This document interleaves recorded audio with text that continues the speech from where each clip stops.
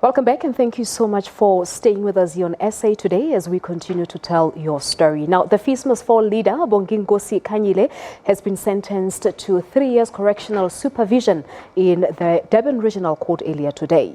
He pleaded guilty on charges of public violence, failing to obey police instructions, and the possession of a dangerous weapon. The charges related to the violent student protests in 2016. The sentence means that Khanyile will be under house arrest. He'll be allowed to attend classes at the University of KwaZulu-Natal, where he'll be doing his master's degree in public administration this year. The court has ordered that he perform 3 hours of community service per month during this period, and that he undergo programs on life skills and how to deal with aggression. He was also sentenced to a fine of 5,000 rand or 3 years in prison, which is wholly suspended for 5 years on condition that he not be convicted of public violence in the near future.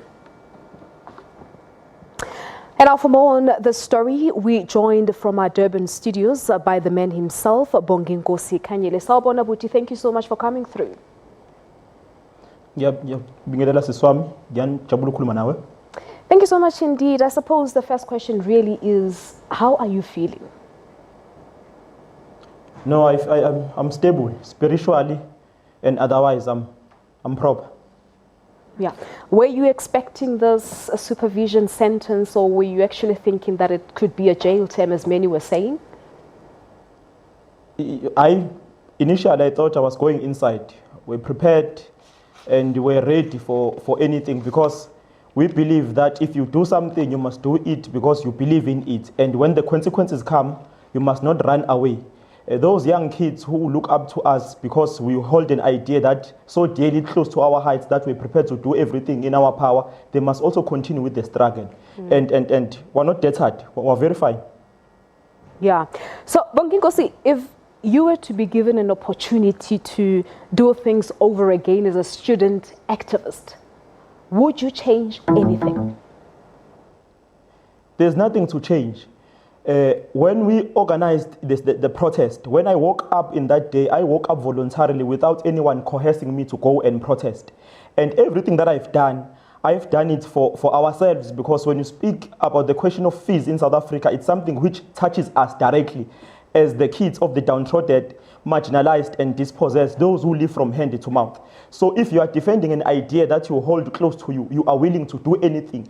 And if any consequences come to you, you must also take them with pride, with honor and with proper dignity, and continue the struggle. So if we are also pushed to a corner once more, because in South Africa, as we speak, there's no free education.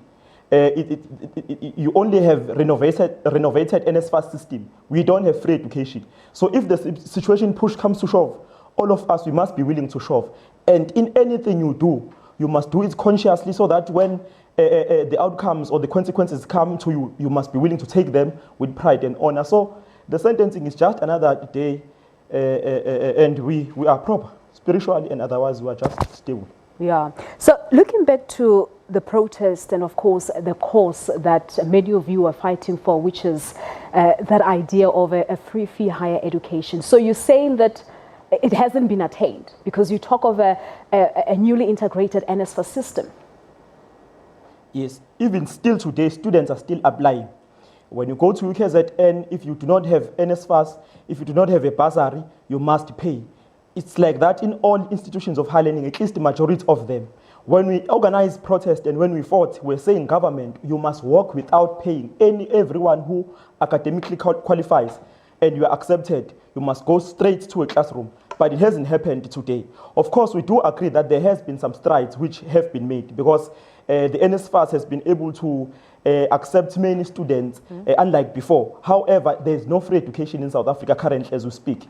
It's there as a declaration, but not in practice. When you go, you must have registration fee. If you don't have it, you are financially excluded. If you owe, you can't pay your fees, they also exclude you. So the struggle continues, and we want to call upon all the young ones to continue. They must not, we might be under house arrest, we might be subjected to humiliating process, but they must not think that we are scared. We're not scared, we're rejuvenated, we're in high morale, and we say the struggle must continue. Let's organize, let's mobilize, let's push until victory. Just before we talk about what's next, Would you personally say that what you and, of course, many others fought for back in 2016 was all in vain?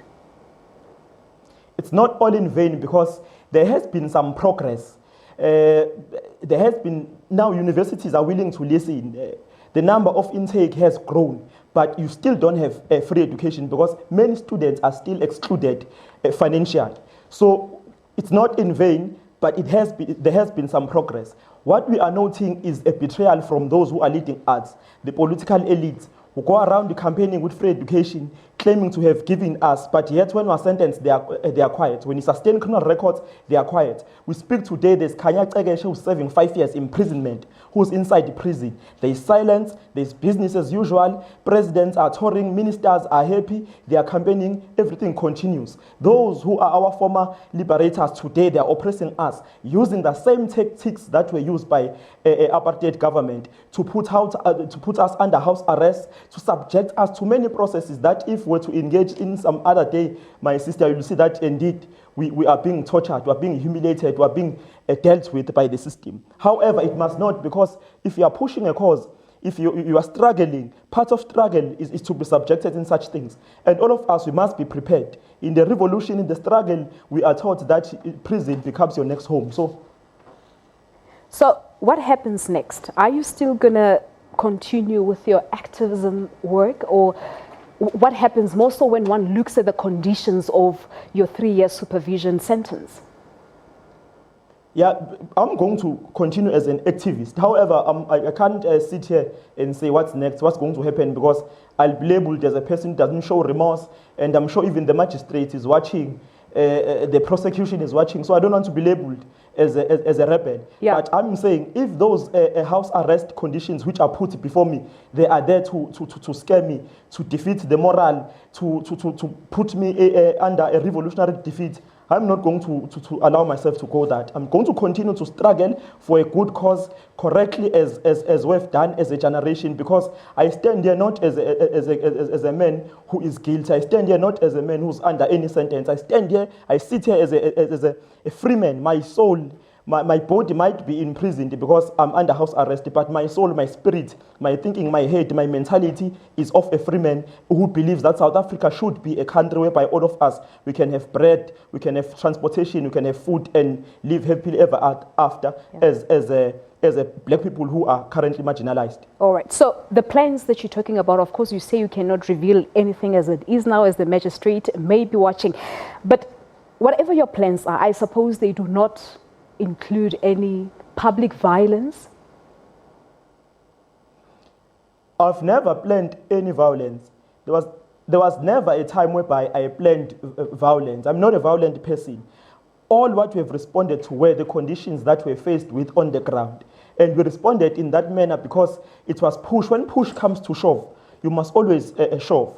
We can't sit back when we are told to disperse unfairly, when we are being brutalized. When we respond, we are labeled as people whom are violent. So there are no plans of any violent. I'm not a violent person. There's no one in my peers who is violent. Students, but as it is, Bonginkosi now, as it is now, we have the likes of Khanyile who's been sentenced to prison, of course, for setting alight a police van.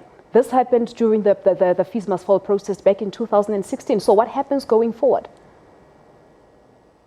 Khanyile must be set free, and we must declare it on record. Whatever that has happened during the FeesMustFall protest, it was a two-way process. Students, they behaved in a particular manner out of the conditions which were imposed to them, not of their own design.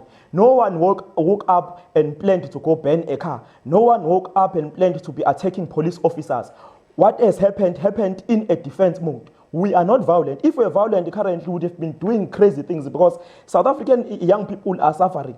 In-service trainings are not there. Employment is not there. You have a mass of graduates who are unemployed in South Africa, but you don't see burning of any buildings, because generally we are not violent young people. However, when push comes to shove, we are willing to shove. So there's no any plan of violence, but if push, people must push, and Khanyile does not deserve to be there.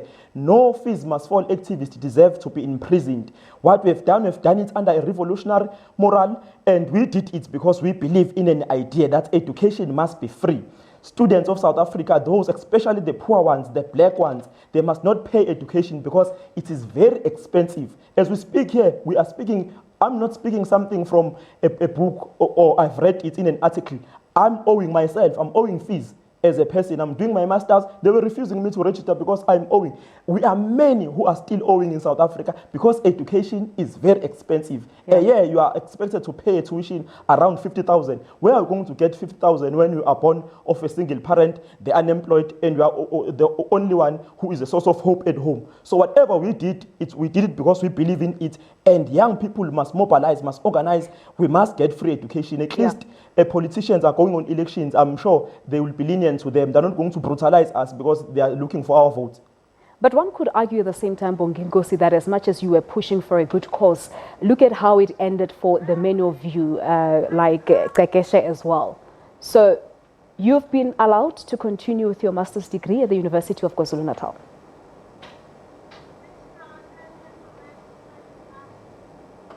The sound is gone, my sister. I can't hear a thing. Oh, right. No. It's gone. Okay. No, if the sound is gone, Apologies, we'll leave it at that. But I can't hear.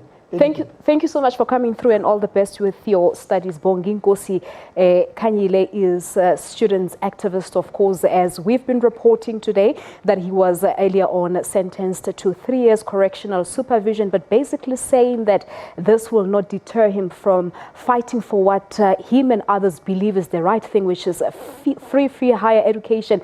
Of course, him saying that that has not been attained. It's just a newly constructed NSFAS system. Peter?